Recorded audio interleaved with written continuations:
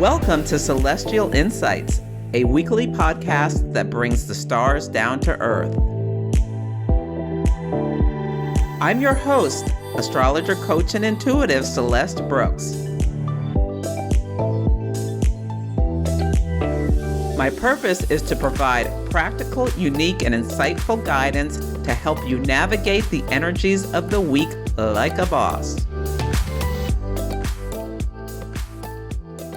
Hello, this is Celeste of Astrology by Celeste, and on this episode, I will discuss the astrology for the week of May 18th, 2025. And first, a look back. Each podcast episode theme is some kind of download that is a wink and a nod to the stories that come up during the week. And every once in a while, I'll start getting songs in. And I am not just an astrologer, I'm an intuitive. And this is the second time this has happened that I can think of where the songs of the day led into the story of what happened. And it's not clear until later. So episode 158 was called The Cuckoo's Nest. And that dropped for the week of April 13th. And it turned out on that Monday, the dictator of El Salvador visited the White House to discuss the torture prison, the CCOT down in El Salvador, that migrants supposedly from a Venezuelan gang were sent. But we know there were some people who were sent down there who had no gang affiliations. The songs that came through, looking back now, were a prediction about Pope Leo being the successor to Pope Francis. And I am convinced Pope Francis was a serious gangster. He said everything in place so that after his death, there would be a successor who had the same love for humanity that he had, rather than a right-wing pope who could likely be a tool for authoritarian nations to subjugate the people and enact horrible policies against migrants. So let's look back at the episode. So again, it was called The Cuckoo's Nest, and I know that was about the meeting that happened the day after the podcast dropped, because cuckoos are birds that lay their eggs in other people's nests, and it was just such a perfect metaphor for taking people you don't want in this country and paying someone in another country to keep them. And the word of the day on Sunday was gravitas. And the Pope and who he would be is a very serious situation. There are so many Catholics around the world, over 1 billion. And the Pope, their spiritual leader, has a lot of influence. And the song was Jesus Walks With Me. Monday, the song was Blue Bayou, and the word was bayou. And the new pope has roots in Louisiana, and his mother was a Creole, meaning she was someone who looked white but had black blood. And in the United States, there were actual laws back in the Jim Crow era and before that if you had a drop of black blood, you were considered a black person. On Tuesday, the word of the day and song were rapture. That's after you die. Wednesday was situation, which is so in line with, we had a serious situation when the Pope died and he was going to need a successor. The song was meeting in the ladies' room. I don't know if this has anything to do with the conclave. I don't think so. There was on that day a ruling about transgender people being allowed in the ladies' rooms in schools and other things from England. So that might have just been a separate story. Thursday, the word of the day was illusions. Friday, thontos, and that's symbology of death. The word was spaghetti. The song was spaghetti, excuse me. And Rome, where the Pope lives, is in Italy. Spaghetti is one of their national foods. And the song is from Beyonce's Cowboy Carter album. And Pope Francis was a Sagittarius. And that is a cowboy archetype about the explorer, someone who rides free on a horse and whatnot. And Saturday, the word of the day was curveball and the song landslide. And I think this is the biggest clue. Like, Trump and Vance thought they could influence who would become the next pope so that the religious leader would be aligned with them about the horrible treatment they're doing to migrants of color. But Pope Francis had it all set up. So no matter what they did, trying to negotiate one-on-one with other people, they were thrown a curveball. And now there's an American Pope, which they likely wanted, but it's not Cardinal Nolan from New York, who is very conservative. It's Pope Leo from Chicago originally, and he has Black roots, Haitian roots. And I just feel like it's such a gangster move. He lived in Peru for decades, so he does not seem like someone who's going to be easily influenced by money or anything else to go against his principles of love for all peoples, regardless of their ethnicity. And last week's podcast was called, or the week before last, ripping off the Band-Aid. And during that week, we found out that despite the Trump administration kicking out migrants from all over the world from the United States, they are bringing in white South African migrants who they're calling refugees. And it's a scandal because the day after the migrants from South Africa landed, they announced expelling migrants from Afghanistan who helped us during the Afghanistan war and were our allies and actually worked with us. And so they're being put in a very dangerous situation for people who, I don't know enough about the situation, but they're claiming racism, but it's been alleged that they are not experiencing anything of the sort in South Africa now, but 60 of them came to the United States. And ripping off the Band-Aid, USAID was the organization of the government that funded countries outside of the United States and used money for soft power in terms of helping them with health or other infrastructure things. And the Trump administration just ended all of that funding right away. But this is giving aid to a foreign nation by allowing these people to come here, like ripping off the Band-Aid, because many are considering this a racist thing. They're kicking out all these brown and black people, but letting in just only these white immigrants.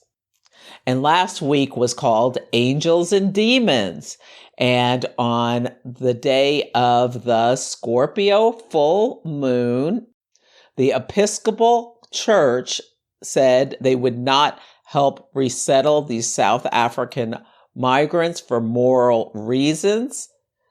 The leadership of the Episcopalian Church could be considered angels or demons, depending on one's point of view for taking a stand.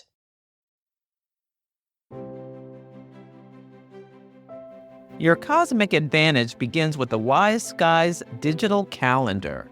With descriptions for every planetary and lunar event, all levels of astrology enthusiasts can enjoy the calendar on any device and now in many languages.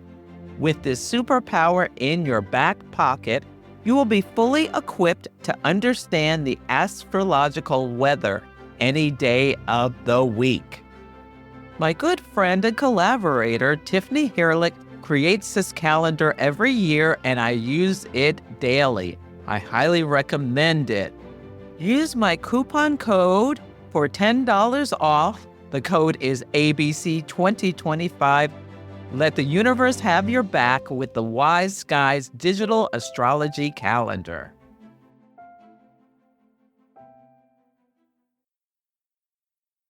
The theme of this week is zone of interest, and there are three big things I want you to consider as you navigate this week. The first is that we're going to have a last quarter moon at 29 degrees of Aquarius on Tuesday. And it's interesting that this year, where there's so many changes to the collective experience of life, that this is the second last quarter moon in the sign of Aquarius. The first one was April 20th, the day before the Pope passed away. And now we have the second one. And Aquarius is the sign of groups, as well as society. Aquarius rules technology and scientific advancements. And the zone of interest is a film directed by Jonathan Glazer from 2023. I have not seen it yet, but it looks fascinating, and it's a chilling Holocaust drama based on a novel that tells the story of an Auschwitz commander and his family who lived an idyllic life beyond the camp walls. So this man would go to work every day and brutalize people in the concentration camp and then come home and live like a normal life, like a normal person. And there's deep moral messages in the story about dehumanization and detachment. Detachment is a shadow Aquarius energy. It's an air sign. And sometimes when people are confronted with brutality, they mentally detach from the emotions of what is going on as a defense mechanism, or B, maybe there's just something wrong with their wiring and they just don't have empathy for other people. And maybe I shouldn't say wrong with their wiring. There's something missing in their wiring. It's also about complicity and moral blindness, like ignoring the evil right in front of your face. And the juxtaposition of domestic normalcy with industrial scale horror, and how evil becomes bureaucratic and normalized. And in the United States right now, we are experiencing people being ripped off the streets, mothers separated from their children. There was a big story in Massachusetts last week where this woman, no criminal record, nothing, was snatched off the street by these ICE agents and separated from her child. It's just horrific to see what is happening to people. Now, most of these people are here illegally, but does that make it okay to torment people? It has been a policy of the United States government for many years to look the other way while companies save money by having people who are undocumented do work at a lower cost than Americans. I expect there will be a story related to this last quarter moon. It may have already happened yesterday, because yesterday was the Sun conjunct Uranus. So we may have been looking at something shocking or surprising.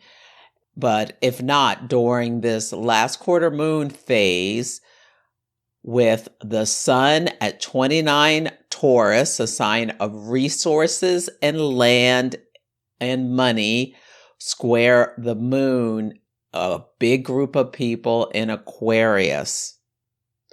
About to become 0 Pisces. So they could be about to become homeless or enter a prison or something like that. Stories we're already aware of is the President of the United States wanting to create a Riviera type luxury resorts in Gaza and move the people there to some other nation in the Middle East. So I'm concerned that could be one of the announcements that's coming up, or something more about wanting to send migrants from the U.S. to Libya or El Salvador or Rwanda or somewhere else, or even creating some kind of concentration camp in the United States. Or it could be a story that is not even on our radar, but hold on to your hat. This is going to be a big week.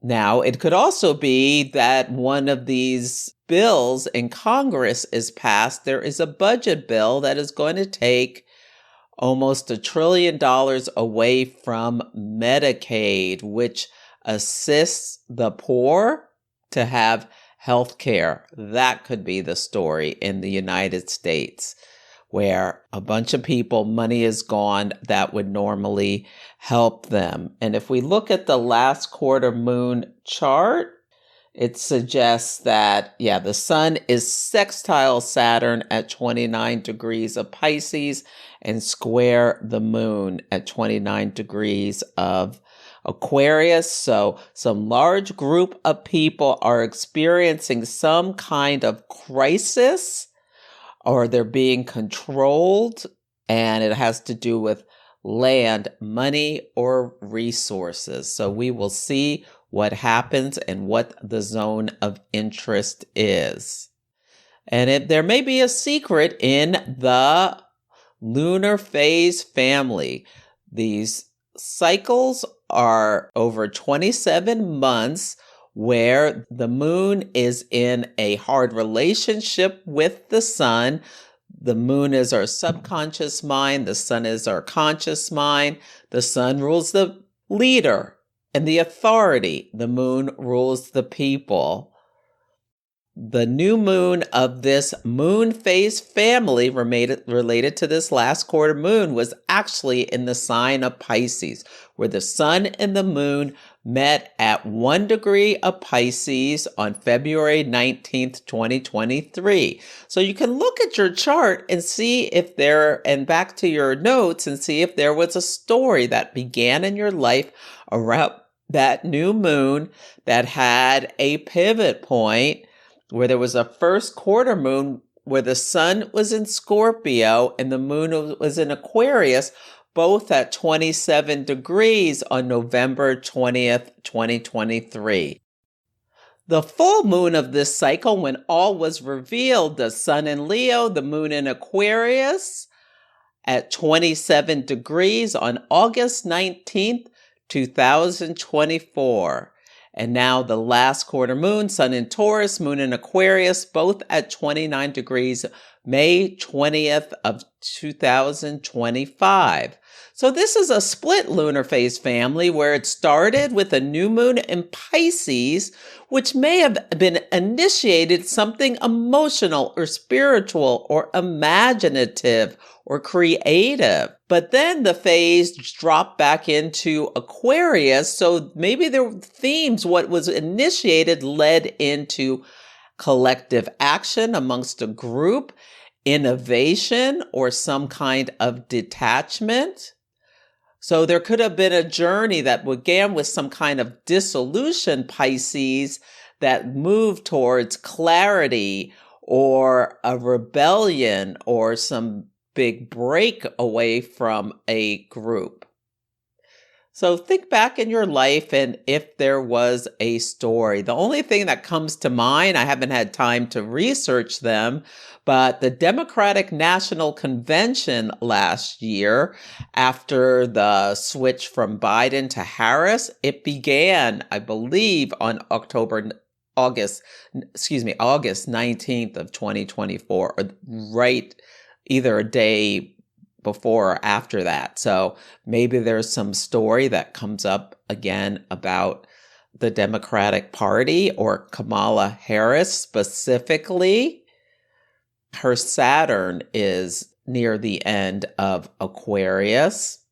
There's been so much information coming out about different groups studying the voting and the patterns, and they've been finding some irregularities in the last election, but it's too late anyway, but there may be some news about that.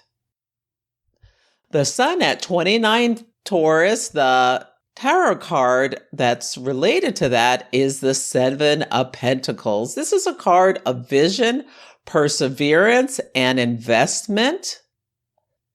A peacock parading on the terrace of an old castle is the Sabian symbol. I got the image of with the peacock parading. You know, what's happening in the United States? It's like we are really in our first Pluto return, seeming like this empire is really crumbling. There are so many people in the nation, which used to have the middle class used to be very strong, but so many people are struggling to make ends meet. And while the president of the country is getting planes gifted to him and making billion-dollar deals around the world for his family's golf courses and hotels, they're putting forth bills to take away the very shabby safety net we have in this country to help, the people of the country who are poor. So he can get an airplane, but young girls can only have 2 dolls, was one of the stories that came up recently. It feels like the roof is collapsing in on what was once a great empire is one of the images that Linda Hill gives in her book about the Sabian Oracle. The moon at 29 Pisces, the card is the Seven of Swords. This is the thief card and the betrayal and deception card. They're themes of getting away with something. Moonlit fields, once Babylon, are blooming white is the Sabian symbol. This image is eerily similar to the one before. And when you bring in the theme of deception and getting away with something, the president has received a $400 million gift plane from Qatar that it needs a couple $100 million of work, but it could become the new Air Force One. And he's arranged it so that when he leaves office, it will be given to his presidential library. So he will have use of this gift after he leaves office. It is completely against the Constitution. It's literally written down in the Constitution that the president cannot take gifts like this, but the woman he selected for Attorney General has okayed this transaction. She does not have the right to do this. Only Congress could do this.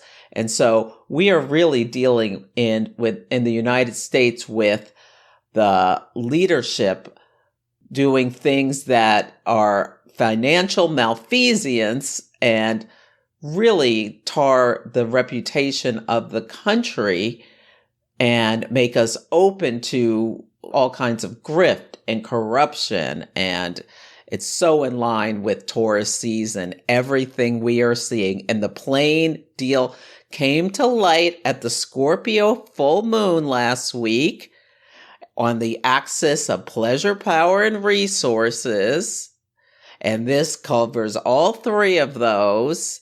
And Mercury, which rules transportation, was square Pluto in Aquarius. So he got this plain gift. And of course, there's some plutonic deal that we don't know all the details about. We may find out that Qatar is going to take a lot of these Gaza refugees. So hold on to your hat. We're really seeing things that are disturbing as Saturn, the greater malefic, is at 29 degrees of Pisces, the last degree of the last sign of the zodiac. And I call it non-potable water, where the deception gets so thick we can't take it anymore. So we shall see what happens with that. The next thing I want to make you aware of is that Gemini season will begin on May 20th until June 20th. Gemini is a mutable air, and it's ruled by the planet Mercury. Gemini is a mutable, adaptable sign. Things are going to start moving quick, and it's a yang sign. So yang signs push the energy out. So it's going to get loud. There's going to be a lot of information, talk about transportation. You can think about how Gemini rules the twins, and it's a sign of duality. So on May 20th, if you're just walking down the street and all of a sudden you see twins coming towards you, or someone with a pair of French bulldogs or something like that look the same or look like two pieces of a puzzle, that could be your eyes seeing something that's signaling that Gemini season is here. So what do you notice when a planet enters a sign? That's the nature of the planet. And Gemini season goes by really fast, and you may notice that you're like running a lot more errands or doing things a lot faster. People are talking quicker.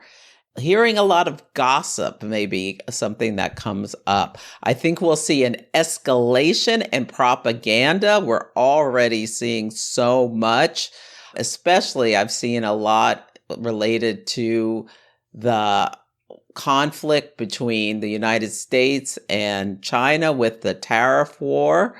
Right now, we have come to some kind of deal where the tariffs have been moved down from astronomical 100+% down to 30%.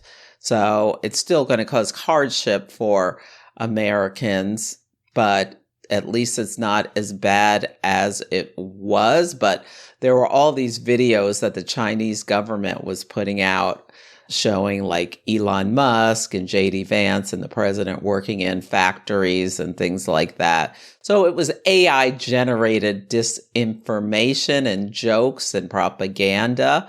That could really be escalating. There could be something coming up where we're realizing to our conscious attention, especially around the Sagittarius full moon, about how the government and the tech companies are collaborating with each other. So pay attention to when you see stories about what they're doing with our data. Again, as soon as the sun enters the sign and the sun spotlights things and it rules the authority, it sextiles Neptune and Aries. Are we going to be finding out things about the army or military and something new or imaginative that they're doing? And then it trines Pluto and Aquarius that has to do with large groups of people. So war plans could be made public, and it could be about somewhere we're not even on our radar. While I'm recording this on Tuesday, May 13th, Pakistan and India have called a truce right now. Thank goodness those two countries are no longer in active conflict. Hamas has released some more prisoners who were hostages. So hopefully we'll see more of a trend of conflicts dissolving, but we shall see.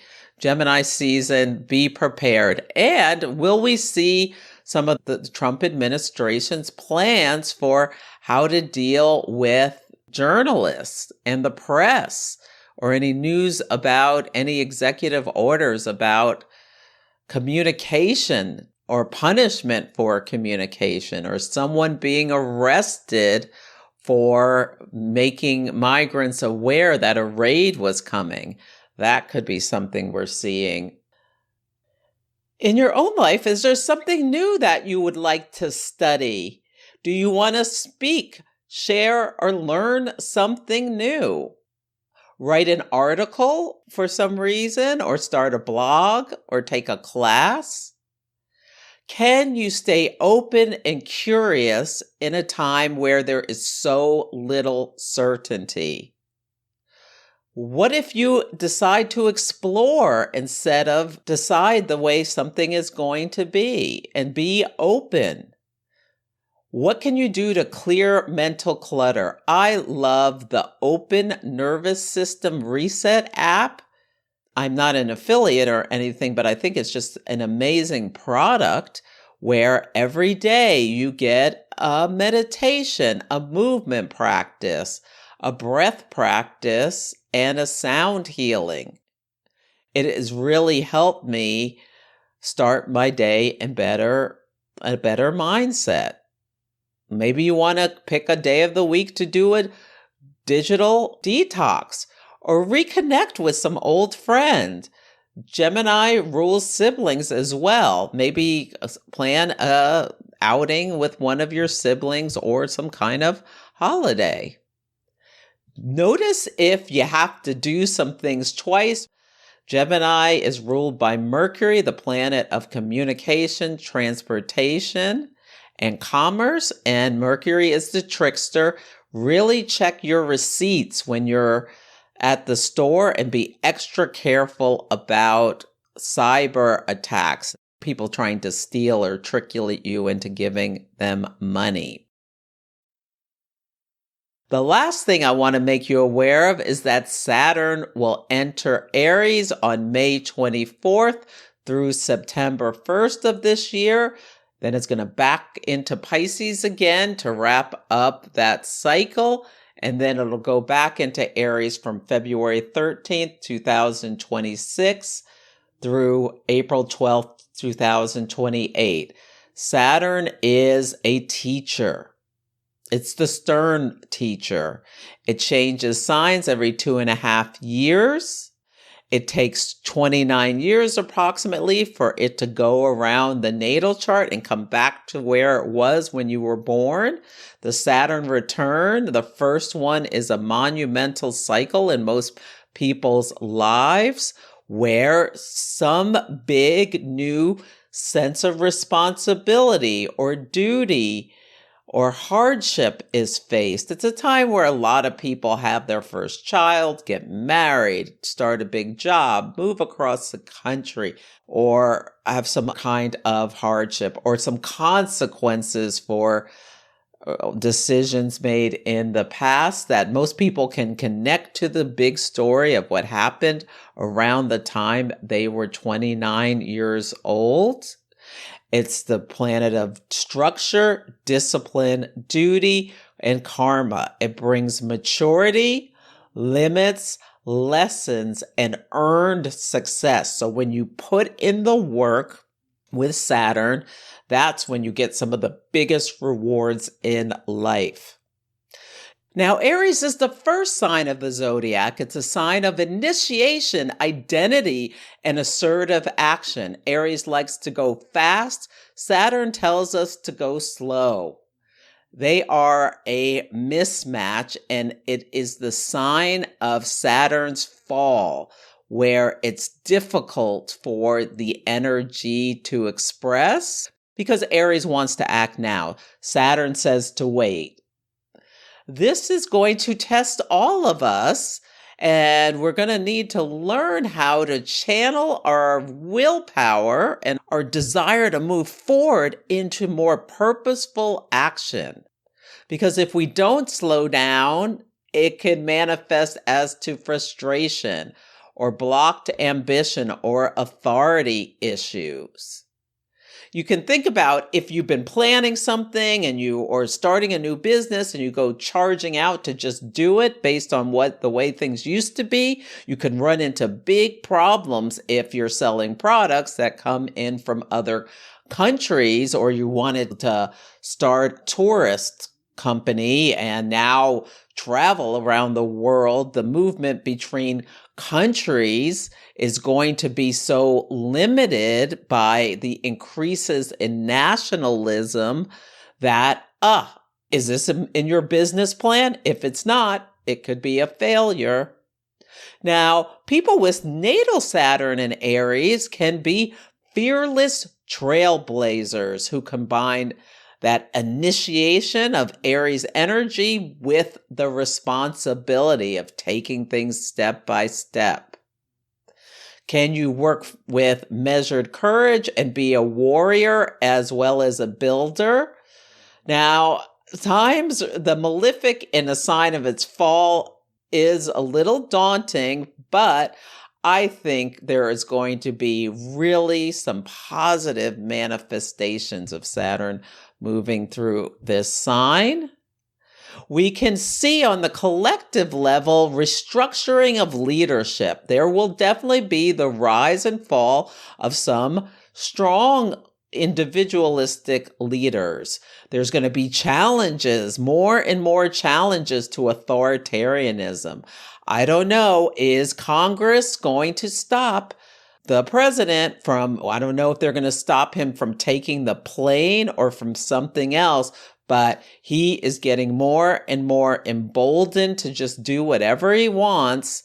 And his actions are getting pretty reckless, and his cult of personality is losing members every day. Aries rules war and aggression, and there can be a military buildup. So we may hear something announced soon after Saturn goes into Aries about building up our military on our border. There could be some new or developing global power struggles. The youth. Aries is associated with youth. It's the first sign of the zodiac. We may see tension between the young and the old. And there could be calls for drafts around the world for people to signing up for military service. And maybe more and more will say, no, thank you. I'm not doing it just to protect a rich person's assets. Now, engineering and innovation under pressure to act fast, like there could be something that goes on in space, like a satellite has some big problem that needs like some quick resolution. So we can see some innovation under pressure about AI or some other things, but notice when you see stories that test ethical boundaries. We all may have lessons in courage and asserting ourselves and being accountable for who we really are. At some point, we are going to see a story, and maybe we already have, about Anne Frank of 2025 or 2026. When I did a presentation on Uranus in Gemini, that was one of the images I've got about people hiding migrants from the authorities. And what would you do if you saw or were confronted with an issue with someone, needing security and safety, who you thought was a really good person and was getting some kind of bad deal? I can see, say, a person who's taking in the child who was born in the United States of an immigrant who's being deported. These sorts of situations could be coming up more and more. And can we have some discipline in our actions? Watch out for reckless, ego-driven moves. But Saturn enters Aries on Saturday, the 24th. So there's probably going to be some big stuff leading up to it. Will a large group of people face some huge hardship with Saturn at 29 Pisces. And then what are we looking at with Saturn going into Aries? The shows on Sunday, the 25th, will all be about Saturn and Aries. So if you're watching those news shows, think about how the stories relate to it. If you are embarking on a new journey, experiencing a major life event, feeling stuck, trying to make a difficult decision, or just looking to make positive changes, astrology can provide life-changing insights. There are several ways to work with me. You can come for a 60 or 90-minute astrology consultation depending on your needs. Engage in longer-term cosmic success coaching where we work together on a 3-month basis to help you overcome blocks, improve your life satisfaction, build better relationships, accomplish your career goals, and understand yourself better using the tool of astrology. Or mystic mentoring if you're an aspiring astrologer and want help with chart analysis techniques. Go to astrologybyceleste.com to check out my offerings. If you have any questions, you can email me at celeste@astrologybyceleste.com. On Sunday, the word of the day is admission. We start the week with the moon in Aquarius. And it's going to conjunct Pluto, so a large group of people are experiencing something Plutonian. Or people are thinking about Plutonian themes of control, catastrophe, something like that. This is a day Jupiter and Gemini is sextile Chiron and Aries, both at 25 degrees, and Jupiter and Gemini squares the nodes. North node in Pisces, the south node in Virgo. And Chiron and Aries is quincunx the south node, both at 25. So if you have anything at 25 in your chart, be aware something likely that has to do with the Sun-Uranus conjunction of yesterday, where there was some surprise or upheaval. And a Jupiter and Gemini topic could be a celebrity rapper. A college campus, the students on a college campus, people sitting in an airport lounge. In the sextile to Chiron and Aries, the wounded healer, they come into some kind of trouble or have a conflict. Jupiter squares the nodes, makes me think, and with the quincunx is often health aspects. There could be some kind of news about like vaccinations kids need to go to school or something like that with the south node in Virgo, or vaccinations are no longer necessary for something like there's a drain with the south node, or there's an announcement about travel like paperwork or visas or real IDs being needed that comes as a surprise, or some kind of limitations on people wanting to travel. There's talk about the Muslim ban coming back. Or you could be seeing a story about someone who took their child to a measles party and now the kid is on life support in the hospital or something to that effect. Or another plane lands on a highway. These are all things that are about upheaval, like a protest could be going on a college campus and people start mixing it up with the police, like a Kent State type event. Could be what we're seeing. On Monday, the word of the day is turbulent. On this day, the moon is opposite Mars and then the moon squares Mercury. They're all about 14 degrees. So there could be a lot of yelling somewhere or people being frustrated, like if some kind of system goes down in an airport and people are just stuck there getting upset. That could be something we're seeing. Or if you are flying on this day, there could be choppy air, is what I got as an intuitive hit with Mercury and the moon in square. So keep your seatbelt on as much as you can. On Tuesday, the word of the day is failure. There could be some big event with the moon in Aquarius squaring Uranus in Taurus at 27 degrees. Lots of people are impacted. When the moon was conjunct Uranus, we had the power outage in France, Spain, and Portugal, and now they're in a square. And then the Taurus sun is sextile Saturn and Pisces, both at 29 degrees. So there's something about 29 degrees, the crisis and decay. Maybe a leader sun is limited on the amount of resources Taurus he can take and put into his pocket on the grift. And he's limited Saturn in Pisces from deception. So or someone experiences consequences for lying, or as a drug overdose could be something that we see a spotlight on. Someone famous is having health issues.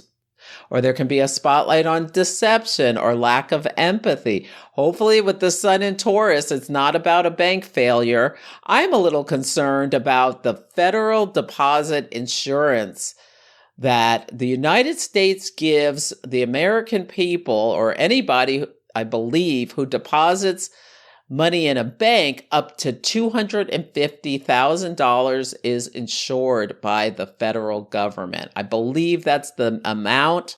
You can double check it to be sure. Hopefully this is not the situation that they try to take this away from us. That would be a huge shock that people would be screaming bloody murder about. These rules were put into place because of previous situations where people were wiped out by mismanagement of money. This is the day we have the last quarter moon at 29 Aquarius at 4:58 a.m. Pacific time. Last quarter moons are the crisis of consciousness where you psychologically integrate what has gone on since the new moon. I think there will be some big story about a large group of people. Then the moon enters Pisces at 5:28 a.m. Pacific time.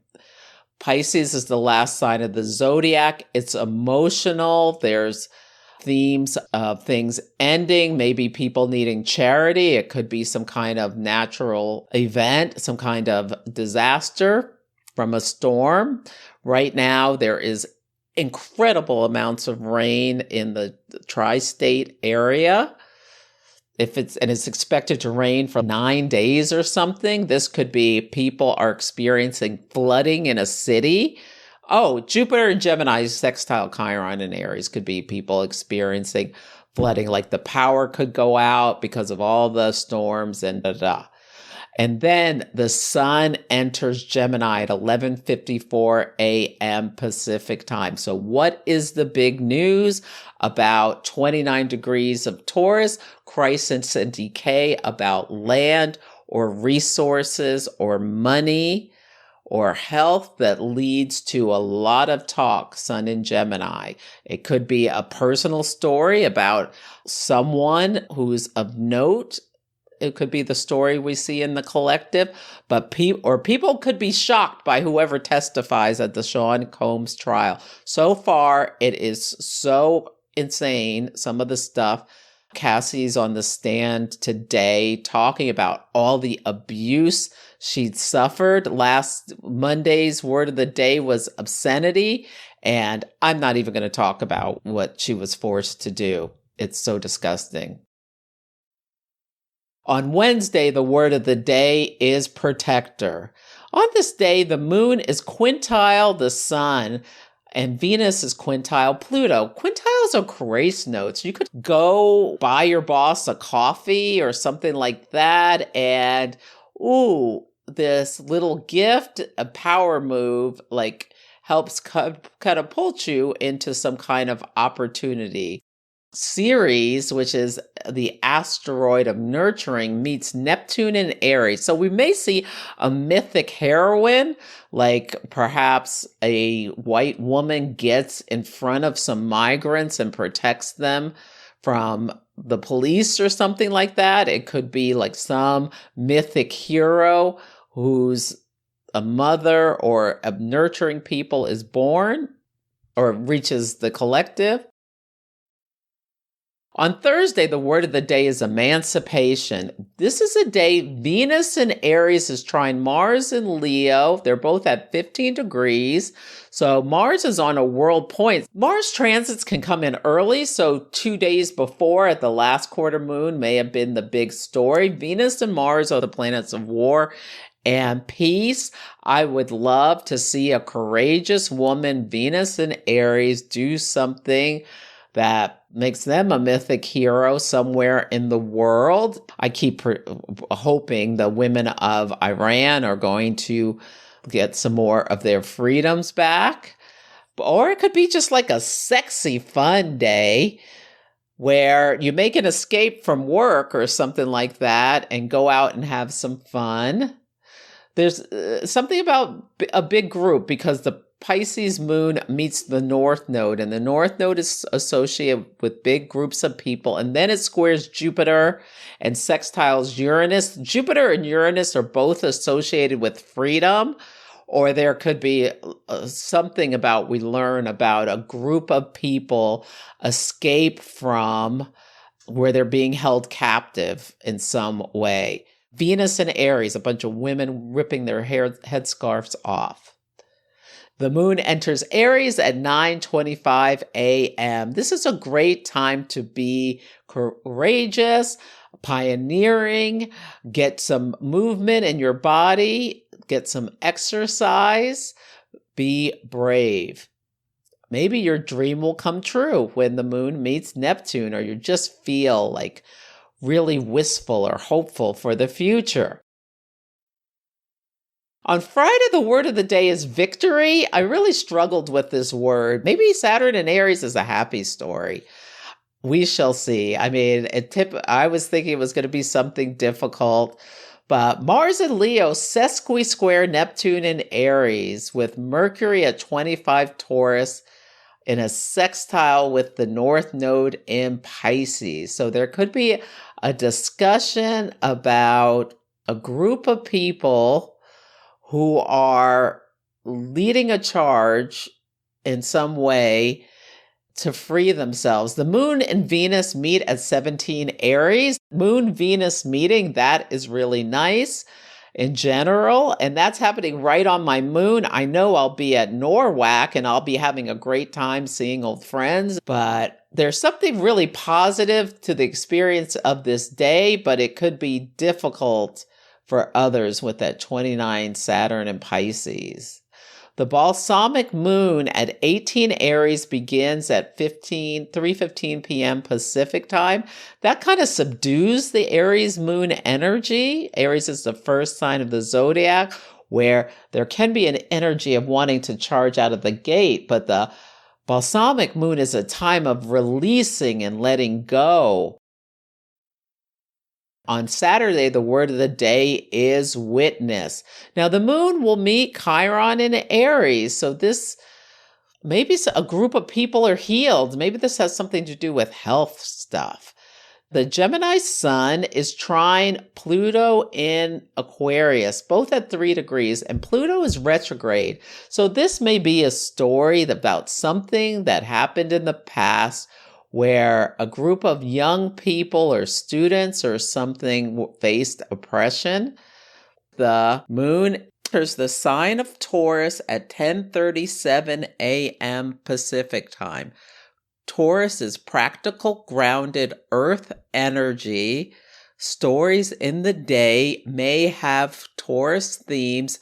That's what people are concerned with. The moon is exalted in the sign of Taurus, so people may be concerned with their valuables or looking for things that are important to them. Mercury and Uranus meet at 27 Taurus. This could also be something about exciting news. Now, this is on Algol, a star of catastrophe. So we'll see. There could be big news that's shocking. It could be related to finances. Like I talked about, that FDIC insurance, that better not be going away. Or if the United States, because of all of the upheaval with our financial tariffs and the president getting all of these gifts that are so out of line with a stable democracy, that one of these agencies downgrades our rating, could be something that comes up. And then Saturn enters Aries at 8:35 p.m. Pacific time, and we have a big vibe shift. Saturn is one of the social planets. I got the song Blinded by the Light by Bruce Springsteen, and it was covered by Manfred Mann. Maybe there's something about a men's movement. We see a bunch of Nazis or white nationalists marching down the street. Maybe they were marching in Times Square or something like that. That would be in line with Saturn and Aries. Seeing Saturn rules hate, seeing some hate group taking some aggressive action that in a place where we're shocked to see them. And we're witnessing a flashback to times we thought were long gone. Let's hope that's not the story. I'm going to hope for women in Iran breaking free, or somewhere else, or women in Afghanistan somehow slipping out of the ties that bind them. So that's it for this week's episode. Feel free to email me at celeste@astrologybyceleste.com with any astrologies and action stories, or let me know how the daily themes are playing out for you. Take care, and I'll catch you next week. Thank you for listening to Celestial Insights. To learn more about my work, please visit my website, astrologybyceleste.com, where I offer personal readings, horary consultations, cosmic coaching, group events, and classes to help guide people to higher levels of fulfillment. You can also find me on Instagram, YouTube, TikTok, and Facebook at Astrology by Celeste. If you enjoyed Celestial Insights, please help others find the show. Follow, rate it 5 stars, or write a nice review. I would so appreciate it. I'm astrologer, coach, and intuitive Celeste Brooks, and I'll be back next week.